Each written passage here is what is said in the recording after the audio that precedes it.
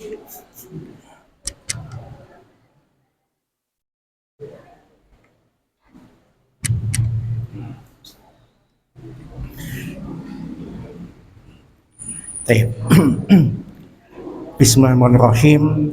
Assalamualaikum warahmatullahi wabarakatuh. Alhamdulillahi ala ihsani wa syukurullahu ala taufiqi wa amtinani. Asyhadu an la ilaha illallah wahdahu la syarika lahu ta'ziman li sya'ni wa asyhadu anna nabiyyana Muhammadan abduhu wa rasuluhu at-ta'ila ridwani. Allahumma sholli wa sallim wa barik alaihi wa ala alihi wa ashabihi wa ikhwanih, amma ba'd. Allahumma la sahla ila ma ja'altahu sahla wa anta taj'alu hasna idza syi'ta sahla. Allahumma inni a'udzubika min qalbin la yakhsha wa min du'ain la yusma wa min nafsin la tashba wa min ilmin la yanfa. Allahumma inni a'udzubika min haulal arba'. Alhamdulillah, pada kesempatan pagi hari ini Allah Subhanahu wa taala pertemukan kita kembali dalam keadaan sehat walafiat dalam rangka melaksanakan kewajiban kita kepada Allah dan mensyukuri segala nikmat yang telah diberikan. Bapak-bapak, ibu-ibu yang semoga dirahmati oleh Allah, kajian kita pada pagi hari ini bertemakan sirah nabawiyah. Lebih tepatnya kita akan membahas sebuah peristiwa penting di dalam sejarah Islam yang terjadi di zaman Nabi yang dikenal dengan peristiwa Bai'atul Aqobah. Yang pertama, Bai'atul Aqobah adalah istilah yang terdiri dari dua kata. Yang pertama bai'ah, yang kedua al-aqobah. Bai'ah yang kemudian terserap ke dalam bahasa Indonesia menjadi bai'at. Secara sederhana pengertian bai'at itu adalah sumpah setia yang diucapkan atau diikrarkan seorang muslim kepada pemimpin umat Islam untuk taat menjalankan syariat dalam kondisi suka maupun duka. Saya ulangi, bai'at itu apa? Bai'at itu adalah sumpah setia yang diucapkan atau diikrarkan seorang muslim kepada pemimpin umat Islam untuk menjalankan syariat Islam dalam kondisi suka maupun duka. Itu bai'at. Kemudian dasar bai'at di dalam Islam sendiri itu, yang pertama di dalam Al-Quran ada dalilnya, yang kedua di dalam hadis pun ada dalilnya. Adapun ayat yang berbicara tentang bai'at, misalnya Quran surat Al-Fath ayat ke-10. Allah Subhanahu wa taala berkata, innal ladzina yubayyi'unaka innama yubayyi'unallaha yadullahi fawqa aydihim. Sesungguhnya orang-orang yang berbaiat kepadamu ya Muhammad adalah orang-orang yang berbaiat kepada Allah. Tangan Allah di atas tangan-tangan mereka. Ini dalil di dalam Al-Quran yang berbicara tentang baiat. Kemudian di dalam hadis pun dibahas, misalnya hadis yang populer yang diriwayatkan oleh Imam Muslim, Rasulullah SAW pernah bersabda, man mata walaysa fi unukihi bai'ah mata mitatan jahiliyah. Barang siapa mati dalam keadaan di lehernya tidak ada bai'at, maka mati dalam kondisi jahiliyah. Sehingga konsep tentang bai'at itu ada dan dibenarkan di dalam Islam. Kemudian bai'at itu di dalam Islam dibagi menjadi dua. Yang pertama ada bai'ah al-ammah, yang kedua ada al-bai'ah al-khassah. Ada bai'at yang sifatnya umum, ada yang sifatnya khusus. Bai'at yang sifatnya umum adalah sumpah setia kepada pemimpin umat Islam yang sifatnya global. Seandainya di dalam dunia Islam masih ada khilafah, maka kita wajib berbaiat secara umum. Dan yang kedua, kalau tidak ada pemerintahan Islam, tidak ada khilafah, tidak ada khalifah, maka yang ada adalah baiat yang sifatnya khusus. Baiat yang sifatnya khusus itu kepada siapa? Yaitu sumpah setia kepada pemimpin Islam yang sifatnya lokal. Jadi ini pengertian sederhana tentang baiat. Kemudian istilah kedua adalah al-aqobah. Apa itu al-aqobah? Al-aqobah itu adalah jalan-jalan di sekitar Gunung Mina. Sebagaimana kita ketahui, Mina adalah salah satu tempat yang dijadikan destinasi untuk melempar jumroh. Dan kondisi Mina sekarang untuk melempar jumroh oleh pemerintah Saudi dibuat bertingkat-tingkat. Tetapi kalau zaman dulu, di zaman Nabi tidak bertingkat, ada jalan kecil, nah namanya jalan Al-Aqobah. Lebih tepatnya Al-Aqobah itu berada di tempat melempar jumroh Al-Ula atau melempar jumroh As-Sughra, di tempat pelemparan jumroh yang pertama. Itulah Al-Aqobah. Jadi kesimpulannya, Baiatul Aqobah itu apa? Yaitu peristiwa ketika para sahabat dari Madinah mengucapkan sumpah setia kepada Nabi di wilayah yang dikenal dengan nama Aqobah. Kemudian berbicara tentang Baiatul Aqobah, maka untuk lebih mudah memahaminya, saya membaginya menjadi 3 hal. Hal yang pertama adalah sebelum peristiwa Baiatul Aqobah terjadi. Yang kedua Baiatul Aqobah yang pertama, dan yang ketiga Baiatul Aqobah yang kedua. Kita mulai dengan yang pertama dulu, sebelum peristiwa Baiatul Aqobah terjadi. Ketika Nabi Muhammad SAW berada di masa dakwah jahriyah, masa dakwahnya sudah tidak sembunyi-sembunyi lagi, Nabi sudah berdakwah secara terang-terangan. Nabi senantiasa memanfaatkan momentum haji untuk berdakwah. Karena momentum haji adalah momentum di mana bangsa-bangsa Arab dari berbagai macam daerah, dari berbagai macam suku datang dan berkumpul di tempat yang sama. Maka Nabi tidak ingin kelewatan momen yang berharga itu. Nabi berdakwah ketika momen haji. Di antara jemaah haji yang datang ketika musim haji dilaksanakan adalah orang-orang Yasrib. Yasrib itu apa? Sebutan lama untuk kota Madinah. Sebelum berubah menjadi Madinah, dulu namanya Yasrib. Rasulullah pun mendakwai penduduk Yasrib dan hasilnya banyak yang beriman kepada Nabi. Kemudian ketika mereka pulang ke kampung halamannya, mereka berdakwah di kampung halamannya, sampai-sampai dikatakan tidak ada satupun rumah di Madinah atau di Yasrib yang tidak mendengar nama Nabi.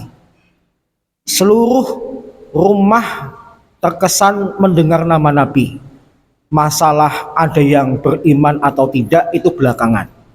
Tapi yang awalnya Nabi Muhammad tidak dikenal, akhirnya kemudian dikenal karena yang mengenalkan Nabi Muhammad adalah penduduk mereka sendiri ketika mereka pulang dari ritual haji. Ini bagian yang pertama. Kemudian bagian kedua, Baiatul Aqobah yang pertama, Baiatul Aqobah Al-Ula. Setahun berikutnya setelah penduduk Yasrib melaksanakan haji, ada sekitar 12 orang Yasrib datang ke Mekah ingin bertemu dengan Nabi, yang susunannya adalah 12 orang itu 5 orang dari suku Aus dan 7 orang dari suku Khazraj. Di antara 12 orang ini adalah sahabat-sahabat yang terkenal seperti As'ad bin Zurarah, Ubadah bin Samit, Uqbah bin Amir dan sebagainya. Kemudian mereka sengaja datang ke Mekah untuk bertemu dengan Nabi, dan ketika bertemu dengan Nabi, Nabi kemudian berkata, "Aku membaiat kalian untuk membelaku sebagaimana kalian membela istri dan anak-anak kalian." Kemudian para sahabat dari Yasrib yang jumlahnya 12 orang ini akhirnya mengucapkan baiat kepada Nabi yang intinya ada 6 poin. Poin pertama adalah para sahabat dari Yasrib ini berbaiat atau sumpah setia tidak akan berbuat syirik kepada Allah. Yang kedua, mereka berbaiat tidak akan mencuri. Yang ketiga, mereka tidak akan berzina. Yang keempat, mereka tidak akan membunuh anak-anak mereka. Yang kelima, mereka berjanji tidak memfitnah. Dan yang terakhir, mereka berjanji taat kepada Allah dan Rasulullah dalam hal kebenaran. Maka akhirnya sahabat dari Yasrib yang ingin ketemu dengan Nabi berhasil bertemu dengan Nabi.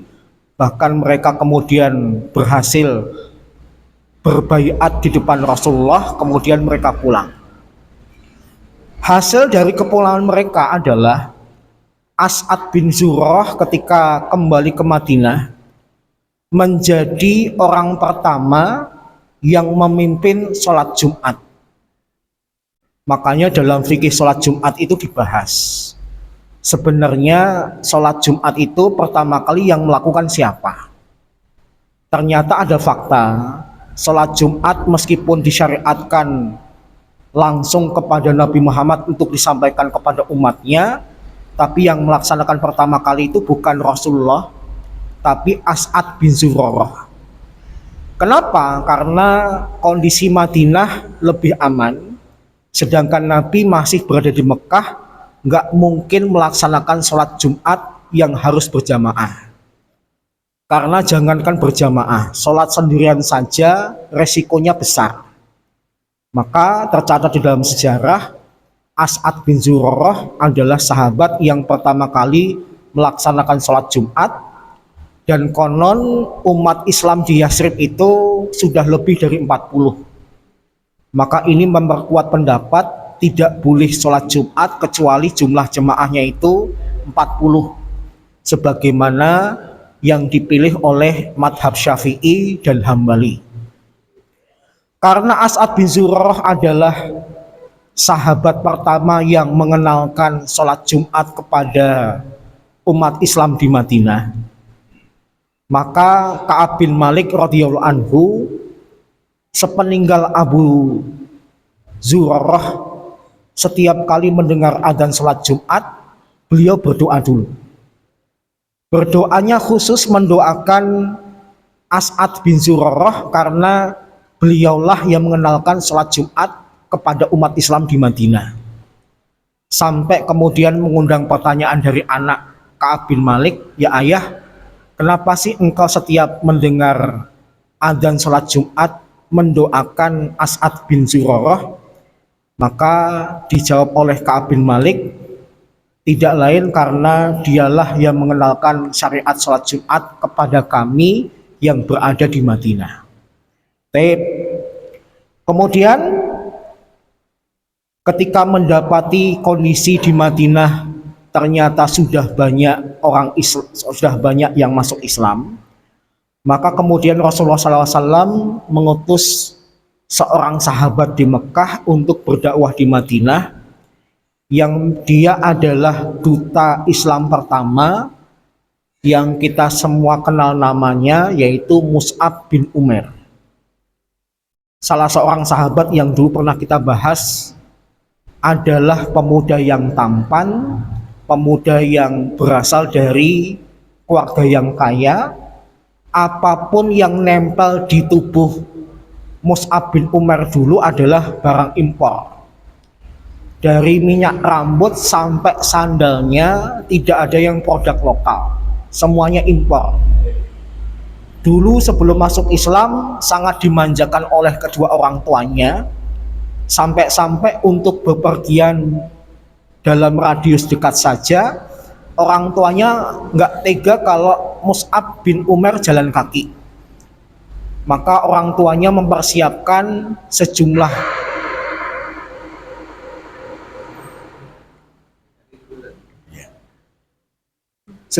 orang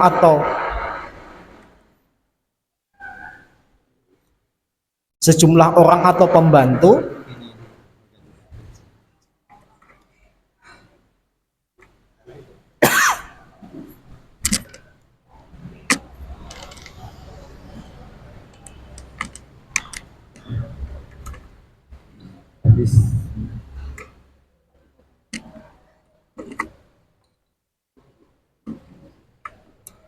maka orang tuanya mempersiapkan beberapa orang atau pembantu untuk menandu Mus'ab bin Umair kemanapun Mus'ab bin Umair. Ya, efeknya ketika beliau kemudian masuk Islam, karena dulu sangat dimanjakan orang tua untuk jalan ke tempat yang dekat saja ada orang yang pasti menandunya, maka nanti ketika perang Mus'ab bin Umair akan kepayahan. Bisa dikatakan kakinya itu dulu mulus karena jarang jalan kaki. Tapi ketika perang mau tidak mau harus jalan kaki, beliau tidak terbiasa, akhirnya kakinya melepuh. Sampai-sampai para sahabat itu kemudian menandu lagi Mus'ab bin Umair, tapi kalau dulu adalah tanda kemewahan, tapi sekarang tandu darurat. Konon Mus'ab bin Umair karena kakinya melepuh tidak tahan jalan kaki dengan radius yang jauh dan panjang, ditandu dengan panah yang dibuat oleh para sahabat. Busurnya itu disusun untuk menjadi sebuah tandu.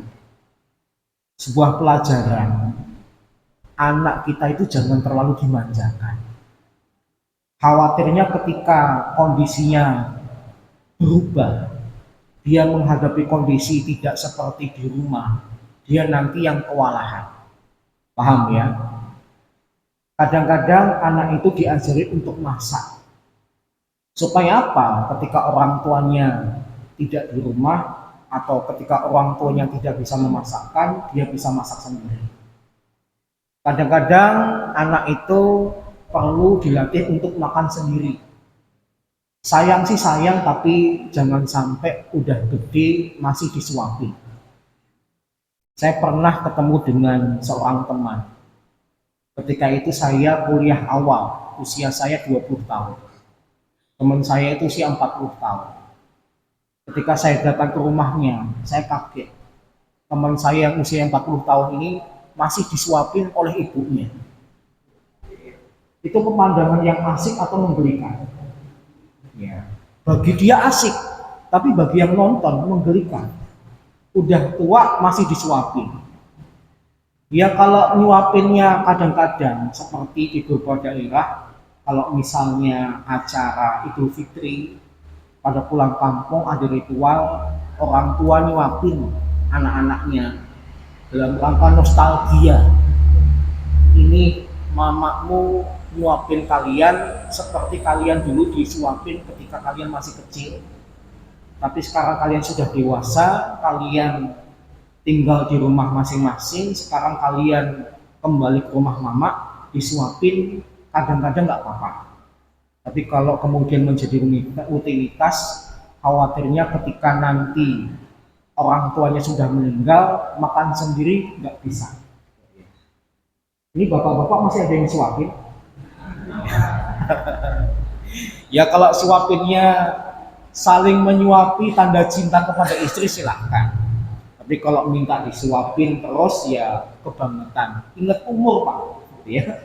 Dan gak pantas antara usia dan kelakuan. Ya. Jadi kembali lagi, Mus'ab bin Umair diutus untuk menjadi duta dakwah Islam di Madinah. Dan kemudian Mus'ab bin Umair mendatangi setiap pintu dari penduduk Madinah mendakwakan Islam.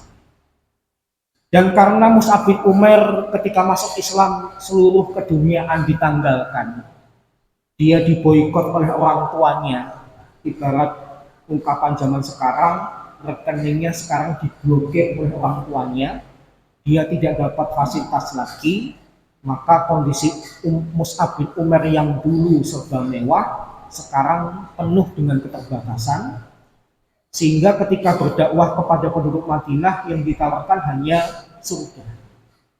Nggak ada tawaran keduniaan yang disampaikan oleh Mus'ab bin Umair karena dianya sendiri dalam keadaan miskin.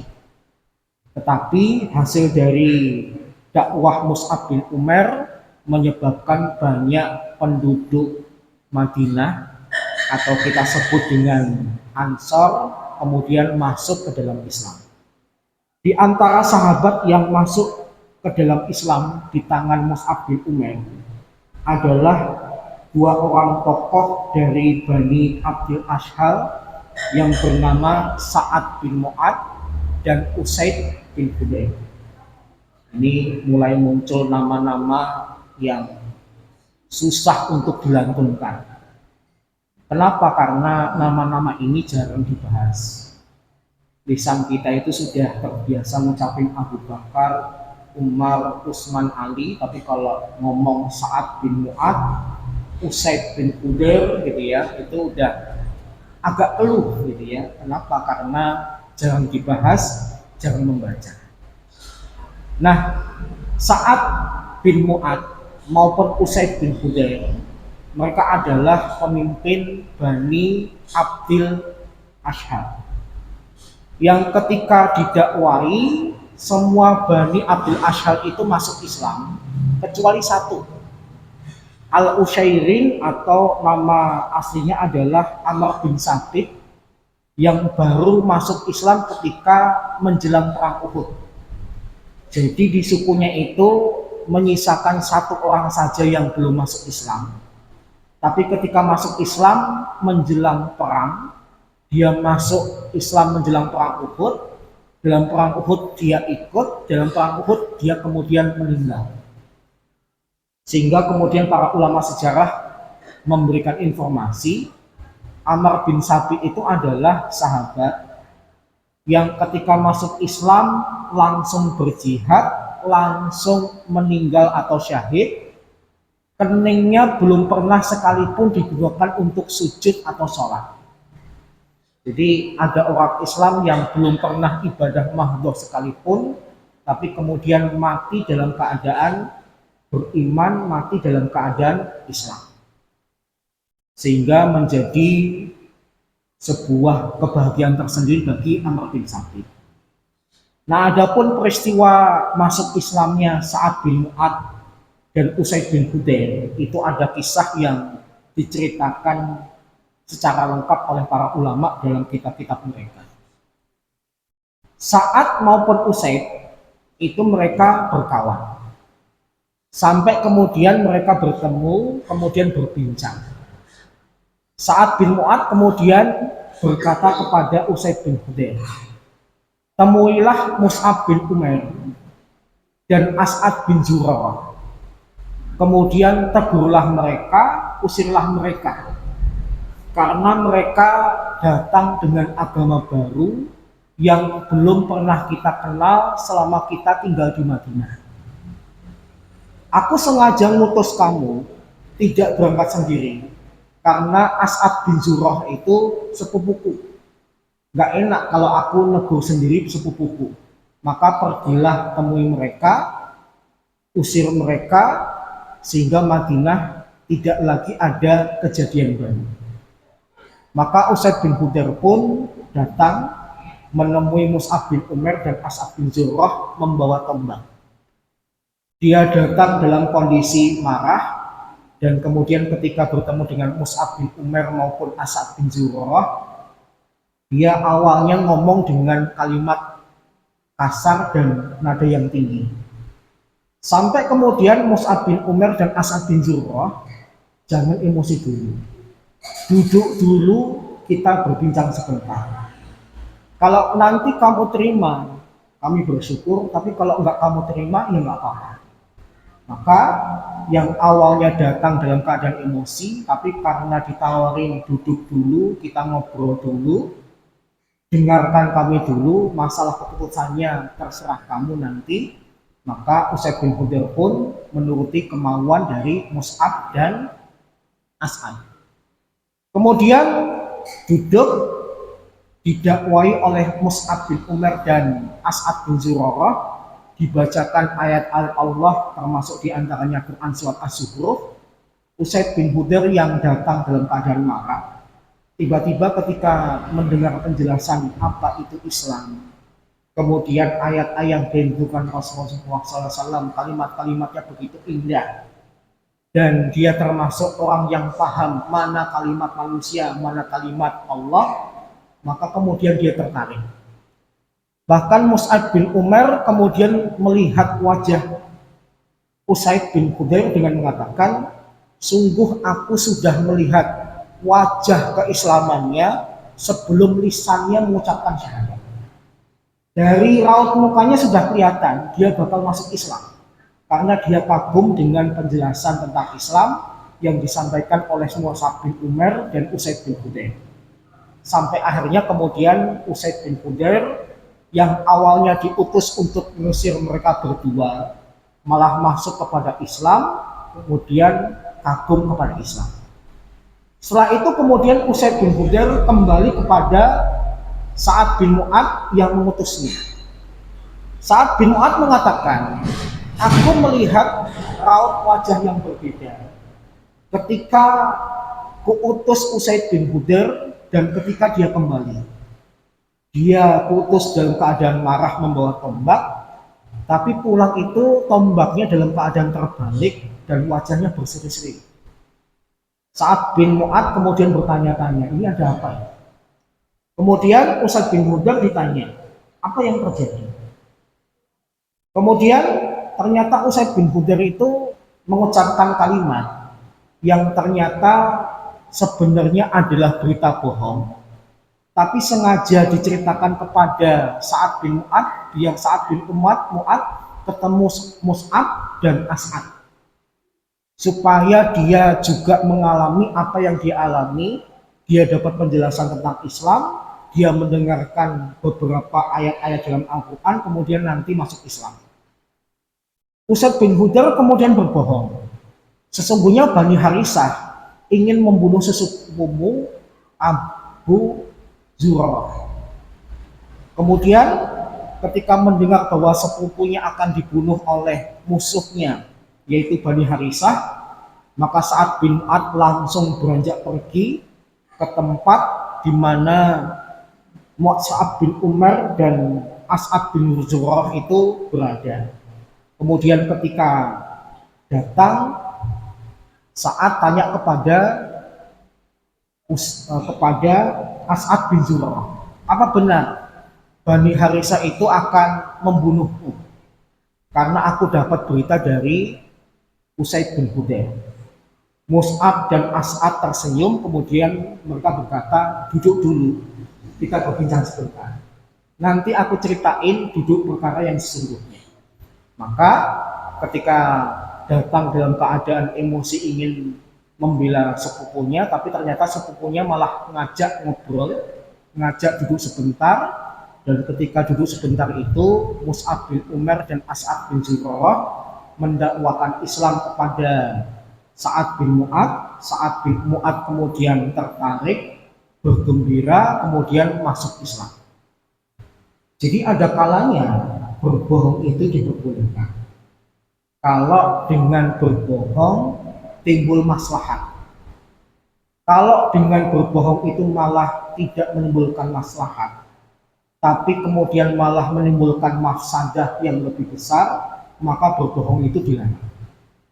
Dalilnya adalah peristiwa ini, yaitu ketika Usaid bin Hudair berbohong kepada Sa'ad bin Mu'adz kalau As'ad bin Zurarah sepupunya akan dibunuh oleh Bani Harisah. Sebenarnya dia berbohong agar Sa'ad bin Mu'adz ini didakwai oleh dua orang yang sama yang mendakwai Islam kepada Usaid bin Hudair. Timbul pertanyaan, Kenapa sih orang Madinah itu lebih cepat menerima Islam dibandingkan orang-orang Mekah? Orang-orang Madinah itu bukan tipikal orang-orang seperti Abu Jahal, Abu Lahab, tapi punya karakter yang berbeda. Jawaban yang pertama, kenapa orang Madinah itu lebih gampang menerima Islam? Karena sebenarnya penduduk Madinah itu genetiknya mereka adalah orang-orang Yaman. Nenek moyang mereka itu bukan asli dari Saudi Arabia, tapi berasal dari Yaman. Yang Yaman itu Rasulullah SAW pernah berkata, Inna ahlal Yaman araku quluban wa afidatan. Sesungguhnya penduduk Yaman itu adalah penduduk yang paling lembut hatinya. Maka jawaban pertama kenapa penduduk Madinah itu lebih mudah menerima Islam, ya dikarenakan mereka itu sebenarnya adalah keturunan orang Yaman. Kemudian yang kedua, kenapa orang Madinah mudah menerima Islam? Dikarenakan orang Madinah itu capek dari perang saudara.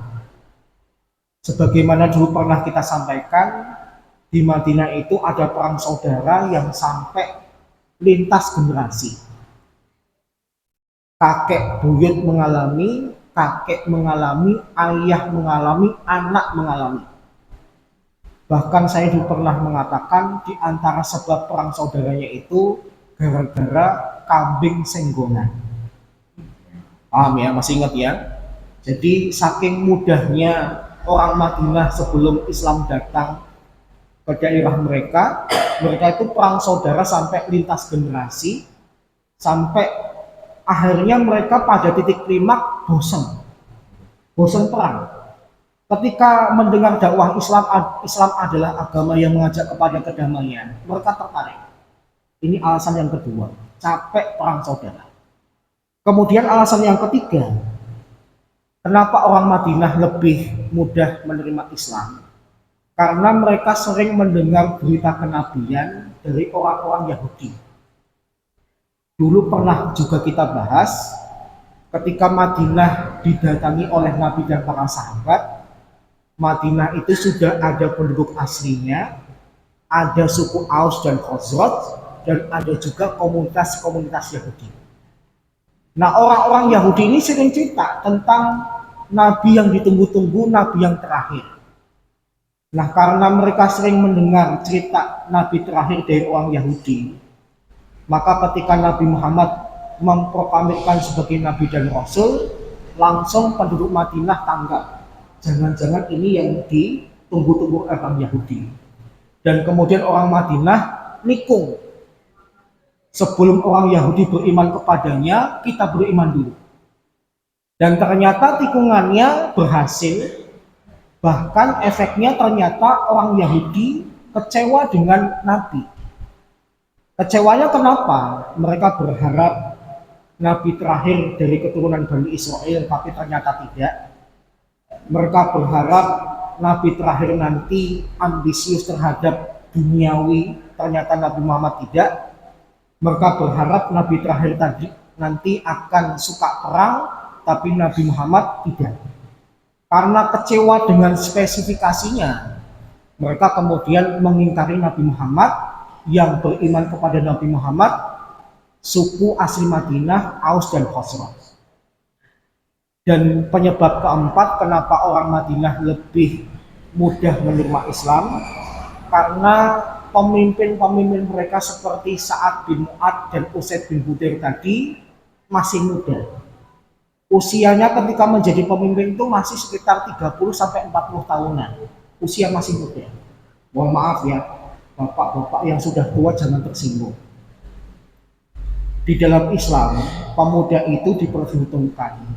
Pemuda itu lebih mudah menerima kebenaran karena pemuda itu tidak suka dengan tradisi. Pemuda itu suka dengan hal yang baru. Maka karena mereka menganggap Islam ini bukan mengikuti tradisi lama, Islam ini adalah ajaran baru bagi mereka, mereka lebih mudah menerima Islam. Meskipun di kalangan sahabat yang sudah tua atau senior pun ada juga yang masuk Islam. Sampai sekarang, kalau saya tanya jemaah haji dan umrah, penduduk Mekah sama penduduk Madinah itu lebih lembut yang mana? Satu kata, penduduk Madinah. Pak Jarod ngangguk-ngangguk nih ya, Pak ini juga ngangguk-ngangguk. Sampai kemudian fakta ini pernah saya tanyakan kepada orang Mekah. Orang-orang jemaah haji dan jemaah umroh di Indonesia itu ngomong, ngasih kesaksian. Orang Madinah itu lebih lembut daripada orang Mekah. Saya ngajak ngobrol orang Mekah. Orang Mekahnya gimana Pak? Tersinggung. Oh nggak bisa. Gitu ya. Kalaupun yang dimaksud orang kasar, orang Mekah itu kasar, yang dimaksud itu bukan asli orang Mekah, tapi orang-orang di pasar atau orang-orang asing yang berada di Mekah.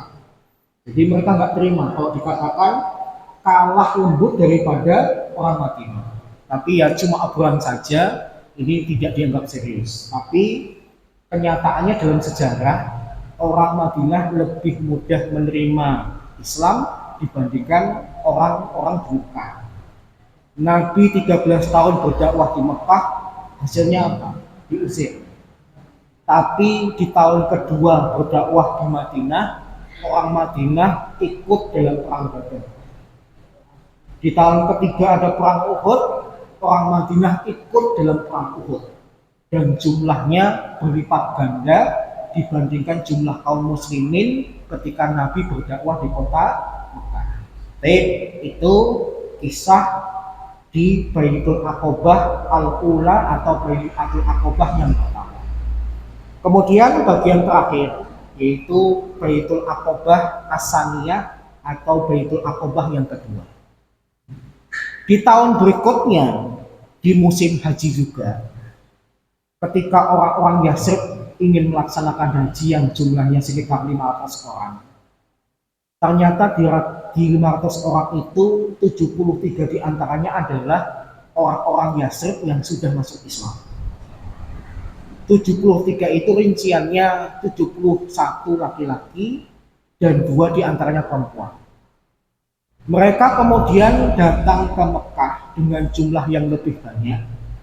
Kalau di baiat pertama jumlahnya cuma 12, di baiat kedua jumlahnya lebih banyak yaitu 73, karena di gelombang kedua ini banyak sahabat Yasrib yang belum pernah ketemu Nabi. Dengar tentang ajarannya, iya. Dengar tentang sosok hebatnya, iya. Tapi belum pernah face to face dengan Nabi. Maka mereka memanfaatkan momentum haji dari penduduk Yasrib untuk bertemu dengan Nabi. Dan mereka ingin ketemu dengan Nabi ketika hari tasyrik, itu berarti tanggal berapa? Tanggal 11, 12, 13 Dzulhijjah. Karena tanggal 10-nya kan Yaumun Nahar, hari penyembelihan. Dan ingin ketemunya itu di waktu orang nggak banyak tahu, yaitu di malam hari di Aqobah. Maka orang-orang Yasrib yang belum pernah ketemu Nabi sampai di Mekah, kemudian mencari tahu Nabi Muhammad di mana. Kemudian ketemu dengan salah satu penduduk Mekah, kemudian ditanya, apa kamu tahu Muhammad di mana? Orang Mekah ini kemudian bertanya balik, apa tujuan kamu ingin ketemu Muhammad? Kemudian penduduk Yasrib tahu kalau nanti terang-terangan kami sudah beriman kepada Muhammad, maka akan menimbulkan bahaya. Mereka cuma mengatakan, ya nggak ada tujuan lain, kami ingin ketemu karena penasaran di Madinah terdengar nama Muhammad. Maka kemudian orang Mekah ini mengatakan, kamu kenal Abbas bin Abdul Muthalib, pamannya Nabi? Kemudian orang Yasrib mengatakan kenal, karena Abbas itu sering ke Madinah kalau dia dagang ke Syam. Maka kemudian akhirnya orang Mekah itu mengatakan, pergilah ke Masjidil Haram, Muhammad sedang berada di sampingnya Abbas. Maka perwakilan dari penduduk Yasrib ini menuju ke Masjidil Haram, kemudian ketemu dengan Abbas, mengucapkan salam kepada Abbas dan Nabi Muhammad. Kemudian Nabi Muhammad tanya kepada Abbas, "Paman, kenal nggak dengan orang ini?" Kemudian Abbas mengatakan, "Kenal, karena aku sering ke Madinah, aku sering ketemu dengan mereka." Kemudian akhirnya mereka memperkenalkan diri kepada Nabi Muhammad, dan akhirnya mereka janjian ketemu dengan Nabi Muhammad di malam hari, di masa orang-orang haji sedang pada tidur.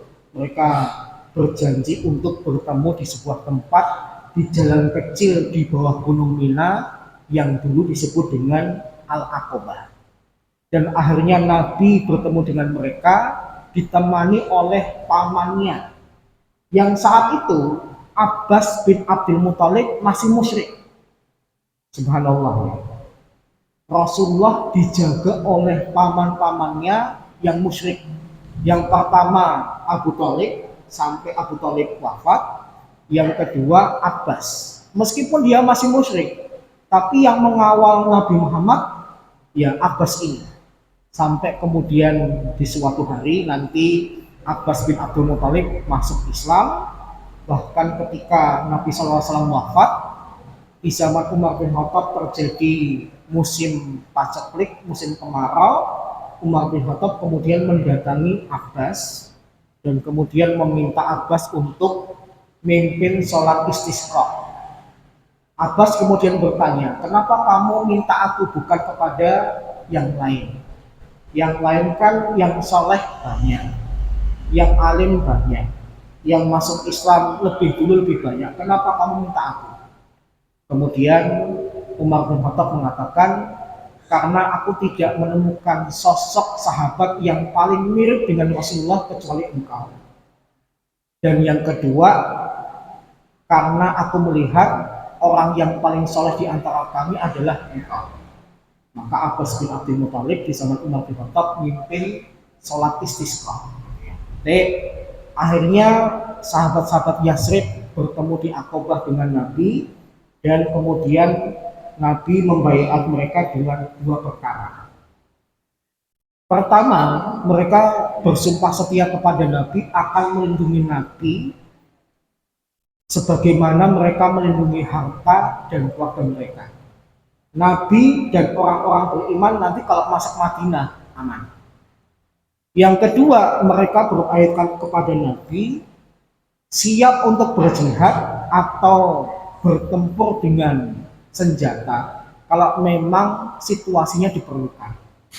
Jadi ada dua sumpah setia dari sahabat Yasrib kepada Nabi di Baiatul Aqobah yang kedua. Yang pertama melindungi Nabi dan para sahabat kalau sampai di Madinah. Yang kedua kalau nanti diminta jihad untuk membela agama Islam, mereka siap. Maka inilah peristiwa Baitul Aqobah yang kedua yang diperkirakan terjadi pada tahun 13 kenabian. Sebelum Nabi Muhammad SAW dan para sahabat hijrah ke Madinah. Nah, yang terakhir, apa sih hikmah dari peristiwa Baitul Aqobah? Yang pertama, hikmah dari peristiwa Baitul Aqobah adalah Baitul Aqobah menjadi dasar berdirinya negara Islam pertama, yaitu Madinah Al-Munawwarah. Kalau bukan karena para sahabat sumpah setia kepada Nabi, Nabi tidak akan hijrah ke Madinah, Nabi tidak akan menjadikan Madinah sebagai negara Islam yang pertama. Kemudian yang kedua, hikmahnya apa? Peristiwa Baitul Aqobah itu dijadikan patokan untuk membuat kalender Islam yang disebut kalender Hijriyah. Meskipun sebutannya Hijriyah dari kata hijrah, tapi sebenarnya peristiwa yang dijadikan patokan untuk membuat bulan pertama dan tanggal pertama itu adalah peristiwa Baitul Aqobah, baik yang pertama maupun yang kedua.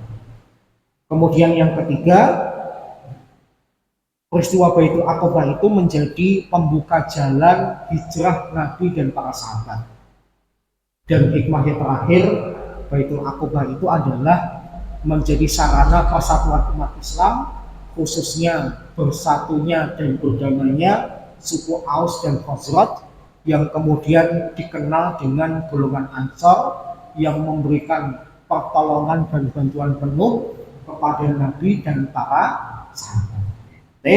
Itu sekilas tentang peristiwa Baitul Aqabah, mudah-mudahan menjadi hal yang bermanfaat bagi kita semua. Kalau lebih mohon maaf, sisa waktu kalau ada pertanyaan saya persilakan.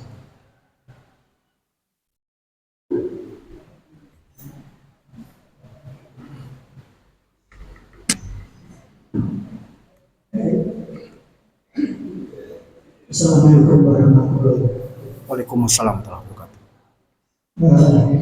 Pertanyaan saya, siapakah ahli kitab itu? Orang ahli kitab itu penyembelihannya halal berbeda, dan konon pernikahan antara ahli kitab dengan Muslim itu halal juga. Dan ahli kitab itu ada semacam agama atau kayak agama misalnya di sana, dan sampai sekarang apa masih ada. Demikian, Assalamualaikum. Ya. Taib yang pertama tentang ahlul kitab. Siapakah ahlul kitab? Secara bahasa, ahlul kitab itu adalah umat atau kaum yang kedatangan kitab. Umat atau kaum yang kedatangan kitab. Kalau kemudian mereka kedatangan kitab Taurat, maka kemudian mereka menjadi Yahudi. Kalau mereka kemudian kedatangan kitab Injil, di kemudian hari mereka menjadi Nasrani. Tapi yang perlu kita garis bawahi, yang membuat agama Yahudi dan Nasrani bukan Nabi Musa, bukan Nabi Isa. Mereka adalah umat atau kaum yang mendapatkan kitab. Masalah di kemudian hari imannya belok, pemahamannya belok, tidak dikatakan Islam murni lagi, itu lain perkara. Jadi secara bahasa ahlul kitab itu adalah umat atau kaum yang kedatangan kitab. Secara bahasa juga umat Islam juga dikatakan ahlul kitab, karena umat Islam kedatangan kitab yang namanya Al-Quran.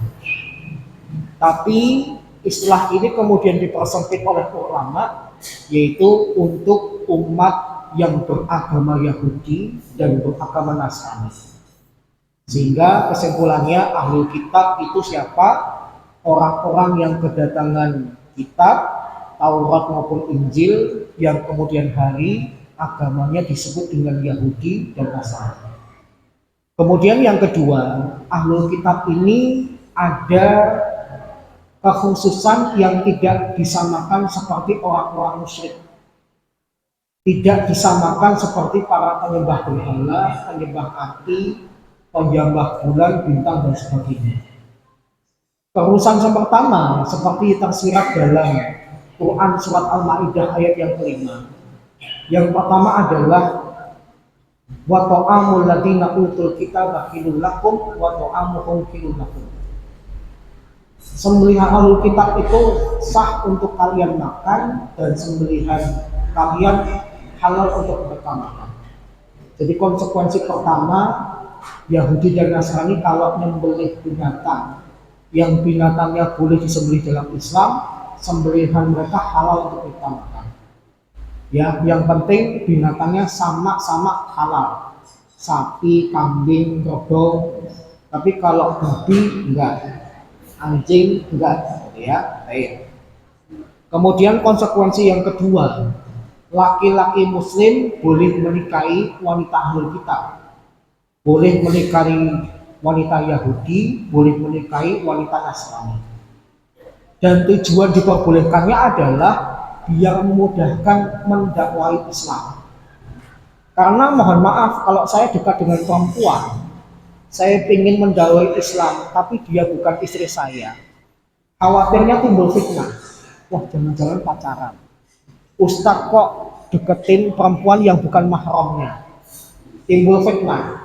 Maka supaya tidak timbul fitnah, lebih mudah dalam mendakwakan Islam, dinikahi terlebih dahulu. Jadi intinya menikahi ahlul kitab itu tujuannya apa? Untuk mendakwai, bukan cinta. Paham ya?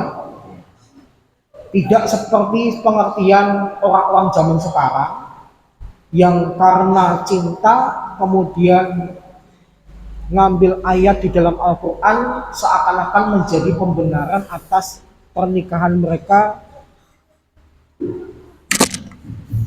dengan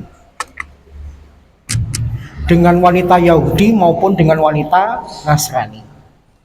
Karena dengan menikahi wanita ahlul kitab terbukti beberapa istri Nabi yang awalnya ahlul kitab kemudian masuk Islam. Terbukti dengan para sahabat yang dikirim ke Mesir menikahi wanita ahlul kitab, yaitu wanita-wanita Yahudi. Di kemudian hari Mesir menjadi negara Islam. Ketika para sahabat berdakwah ke Yaman, yang Yaman dulu didominasi oleh Nasrani, tapi karena dinikahi oleh para sahabat yang Muslim, Yaman kemudian berubah menjadi negara Islam. Jadi tujuannya adalah untuk sarana untuk berdakwah, bukan karena cinta dan sebagainya. Tapi kalau cinta boleh enggak? Bapak menikahi wanita Kristen karena cinta, itu boleh enggak? Boleh enggak, Pak? Makruh. Ya, sebaiknya dihindari. Ya. Karena khawatirnya ketika menikah nggak ada dakwahnya. Ketika menikah malah yang dakwah istrinya kepada suaminya. Dan yang terjadi demikian. Harusnya suami yang muslim geret istrinya yang Kristen jadi muslim, jadi muslimah. Yang terjadi malah istri yang Kristen geret suaminya yang muslim menjadi laki-laki Kristen. Paham ya? Makanya itulah alasan di Indonesia ada undang-undang pernikahan, tidak boleh ada pernikahan antar agama. Bukan karena para ulama tidak tahu hukum, tapi karena melihat kondisi. Kondisinya di Indonesia itu beda dengan Mesir, beda dengan Yaman. Di Mesir dan Yaman, Muslim menikahi perempuan ahlul kitab, mampu mengislamkan istri mereka, anak mereka Muslim semua. Tapi kalau di Indonesia, taktiknya penjajah Belanda adalah wanita Belanda diperintahkan untuk menggoda laki-laki Muslim di Jawa. Yang terjadi apa? Ketika mereka menikah, bukannya laki-laki Muslim Jawa ini mengislamkan wanita Belanda, tapi laki-lakinya pada masuk Kristen. Paham ya? Baik. Jadi itu. Yang ketiga, para ulama berbeda pendapat. Apakah ahlul kitab di zaman Nabi itu sama dengan ahlul kitab di zaman sekarang? Ada yang mengatakan berbeda, tapi yang lebih kuat adalah tetap sama. Yahudi di zaman Nabi itu ya pakai Taurat dan tidak mengimani Nabi. Nasrani di zaman Nabi ya pakai Injil, tidak mengimani Nabi. Persis seperti orang Yahudi dan Nasrani zaman sekarang ini. Sehingga kesimpulannya, Yahudi dan Nasrani zaman sekarang ini ya seperti orang Yahudi dan Nasrani di zaman dulu. Bedanya cuma dari segi kemaksiatan. Kalau dulu ahlul kitab kemaksiatannya nggak terlalu banyak, tapi kalau sekarang banyak banget. Paham ya? Wallahu a'lam bishawab. Ada lagi sebelum saya tutup? Sampun? Ya. Kalau tidak ada, mari kita tutup dengan doa kafaratul majlis. Alhamdulillah. Subhanakallahumma wa bihamdika asyhadu an la ilaha illa anta astaghfiruka wa atubu ilaik. Assalamualaikum warahmatullahi wabarakatuh.